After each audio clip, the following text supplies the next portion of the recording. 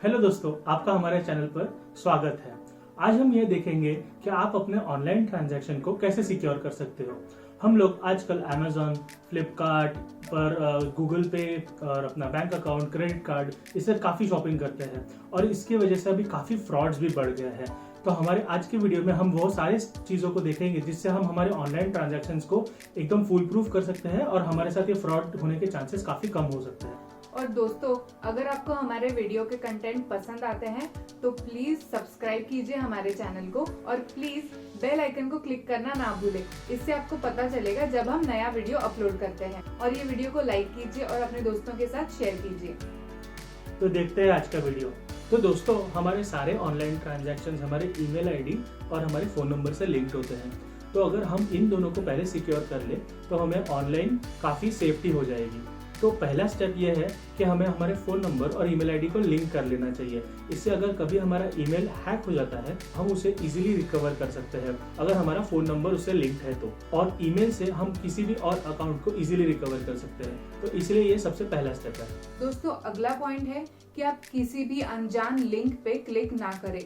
ये सलाह हमें कई बार दी जाती है कि आपको किसी अनजान लिंक पे क्लिक नहीं करना चाहिए, बट फिर भी सबसे ज्यादा लोग शिकार इसी बात का होते हैं। आपने न्यूज में भी देखा होगा कि कैसे ऑनलाइन फ्रॉड होते हैं। किसी को एसएमएस आता है कि आपको कोई लॉटरी लगी है या आपको कोई गिफ्ट मिल चुका है या फिर आपको यूपीआई में कोई मनी पेमेंट का रिक्वेस्ट आता है। तो ऐसी लिंक पे आप क्लिक ना करें। अगर आपको कोई ऑनलाइन पेमेंट करना है या आप किसी पेमेंट लिंक की अपेक्षा कर रहे हैं तो आप ये लिंक खोलें और उस पर क्लिक करें, वरना आप ऐसी लिंक्स पे क्लिक ना करें। दोस्तों, अगर आप मनी ट्रांसफर ऐप जैसे कि बहुत सारे यूपीआई के ऐप है वो आप यूज करने में आपको ज्यादा आसानी नहीं होती तो आप ऐसे ऐप इंस्टॉल ना करें। और खासकर अगर आपके माता पिता को ये ऐप यूज करने में आसानी नहीं है तो आप उनके भी फोन पर ये ऐप्स इंस्टॉल ना करें। तो दोस्तों, इन्हीं छोटी छोटी चीजों का ध्यान रखें और ऑनलाइन फ्रॉड से बचें। तो दोस्तों, जैसे कि हमने हमारे पिछले वीडियो में देखा था, हमने कहा था कि आपका एक सेविंग्स अकाउंट होना चाहिए जो कि कोई अच्छी बैंक में होना चाहिए। अब हम ये कहना चाहते हैं कि आपका सेविंग्स अकाउंट आपके डीमैट अकाउंट, जो कि हम रेकमेंड करते हैं जीरोधा में हो, आपका पीपीएफ अकाउंट और आपके एफडी आरडी से भी लिंक्ड हो। इससे क्या होगा, आपने अपने सेविंग्स अकाउंट में ज्यादा पैसे नहीं रखने चाहिए। आपके पैसे आपने जनरली आरडी या एफडी में करने चाहिए। आप या तो फिर इनको डीमैट अकाउंट में ट्रांसफर करके लिक्विड या डेट म्यूचुअल फंड में भी इन्वेस्ट कर सकते हो शॉर्ट टर्म के लिए। इससे आपके पैसे काफी सिक्योर रहेंगे और अगर आपके अकाउंट में बैलेंस कम भी होगा तो फ्रॉड के चांसेस भी कम हो जाएंगे। तो हम ये रेकमेंड करते हैं कि आप लिमिटेड अमाउंट ऑफ बैलेंस ही अपने अकाउंट में रखें। इसके अलावा आपके सारे डिजिटल अकाउंट्स, यानी आपका डीमैट अकाउंट या फिर आपका पीपीएफ, आपका एफडीआरडी अकाउंट, सेविंग्स अकाउंट, सब में आपके ट्रस्टेड पर्सन को आपने नॉमिनी रखना चाहिए। अगर कल को आपको कुछ हो जाता है तो ये सारे अकाउंट्स आपके नॉमिनी को मिल जाएंगे। इससे आपके घर वालों को बाद में तकलीफ नहीं होगी। हमने ये भी देखा है कि अभी आजकल हम लोगों को बहुत सारे टेलीकॉलर्स कॉल करते हैं कि ये ऑफर है, ये ले लीजिए सर, या फिर आपको ये इनाम मिला है या आपको ये गिफ्ट वाउचर मिलने वाला है। तो हमें इन टेलीकॉलर्स को इग्नोर करना चाहिए। अगर कोई भी टेलीकॉलर आपसे कोई भी ऐसी इन्फॉर्मेशन मांगता है जैसे आपके बैंक अकाउंट डिटेल्स या फिर क्रेडिट कार्ड नंबर या फिर कोई पिन नंबर या ओटीपी, तो हमें समझ लेना चाहिए कि ये एक फ्रॉड कॉल है और हमें उनको बिल्कुल ही एंटरटेन नहीं करना चाहिए। मैं तो पर्सनली सिर्फ ईमेल से कम्युनिकेशन करता हूँ और टेलीकॉलर्स को जितना हो सके उतना अवॉइड करता हूँ। दोस्तों, अगला पॉइंट है क्रेडिट कार्ड। तो हम में से कई लोग क्रेडिट कार्ड यूज करते हैं और शुरुआत में हमारी जो क्रेडिट कार्ड की लिमिट होती है वो होती है 20,000 से 50,000 तक। और जैसे हमारी इनकम बढ़ती है तो वो लिमिट भी बढ़ जाती है 1 लाख या 2 लाख तक। तो अगर आपको इतनी ज्यादा लिमिट की जरूरत नहीं है तो आप ये लिमिट कम करवा सकते हैं। कई सारी क्रेडिट कार्ड कंपनी में अलग अलग ऑफर आती रहती है, तो हमारे पास एक से ज्यादा क्रेडिट कार्ड भी होते हैं। ज्यादातर सारे कार्ड्स की लिमिट कम या ज्यादा होती है। तो हम ये सजेस्ट करेंगे कि आप आपके लो लिमिट और हाई लिमिट के कार्ड को अलग अलग तरीके से यूज करें। जैसे कि आपके जो रोजाना खर्चे हैं और कम अमाउंट के ट्रांजैक्शन है उसके लिए आप आपके लो लिमिट के कार्ड यूज कर सकते हैं।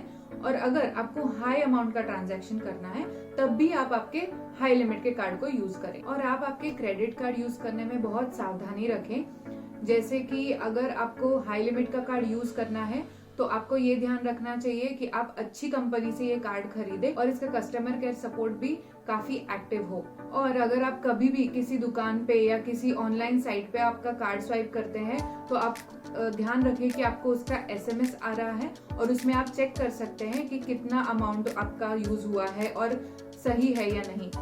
और अगर आप ऑनलाइन कर रहे हैं तो आपको ये भी ध्यान रखना है कि आपके सारे ट्रांजैक्शन में OTP का इस्तेमाल होना चाहिए। और दोस्तों, आप आपके क्रेडिट कार्ड के जो नंबर है वो भी किसी सुरक्षित जगह पे आप सेव करके रखें, क्योंकि अगर कभी आपका कार्ड खो जाता है तो आप इसे ब्लॉक करवा सकते हैं आसानी से क्रेडिट कार्ड कंपनी को कॉल करके। तो ये छोटी छोटी चीजों का ध्यान रखें जब आप क्रेडिट कार्ड का इस्तेमाल करते हैं। दोस्तों, आजकल डिजिटल पेमेंट के लिए बहुत सारे ऐप्स अवेलेबल हो गए हैं, जैसे कि हमारे पास काफ़ी ज़्यादा UPI ऐप अवेलेबल है, जैसे गूगल पे, भीम UPI, फोन पे और पेटीएम का भी हम इस्तेमाल करते हैं पेमेंट करने के लिए।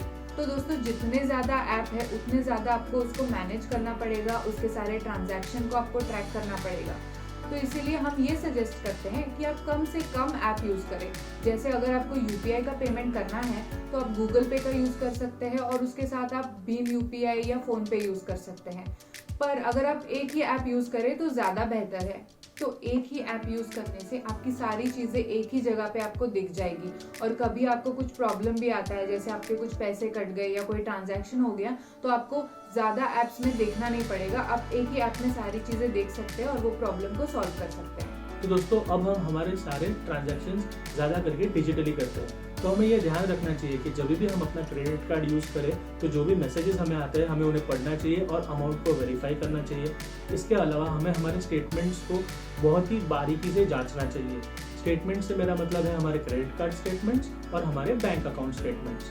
बहुत सारी कंपनियां हमें एक्स्ट्रा चार्ज करती है जो हमें इन स्टेटमेंट से पता चलता है, तो हम क्रेडिट कार्ड कंपनी के साथ मिलकर इन अमाउंट को रिवर्स कर सकते हैं। कार्ड पेमेंट के बाद हमें SMS इसलिए चेक करना चाहिए क्योंकि बहुत बार हम स्वाइप करने के बाद ध्यान नहीं देते और रिसीट भी नहीं लेते, लेकिन कभी कभी अगर किसी ने ज़्यादा स्वाइप कर लिया है तो हमें पता नहीं चलेगा, इसलिए हमेशा हमें इन मैसेजेस को पढ़ना चाहिए। तो दोस्तों, अगर आपको ये वीडियो पसंद आया और आपको हमारे पुराने वीडियोस को भी देखना है तो आप इन लिंक्स पे ऊपर देख सकते हैं।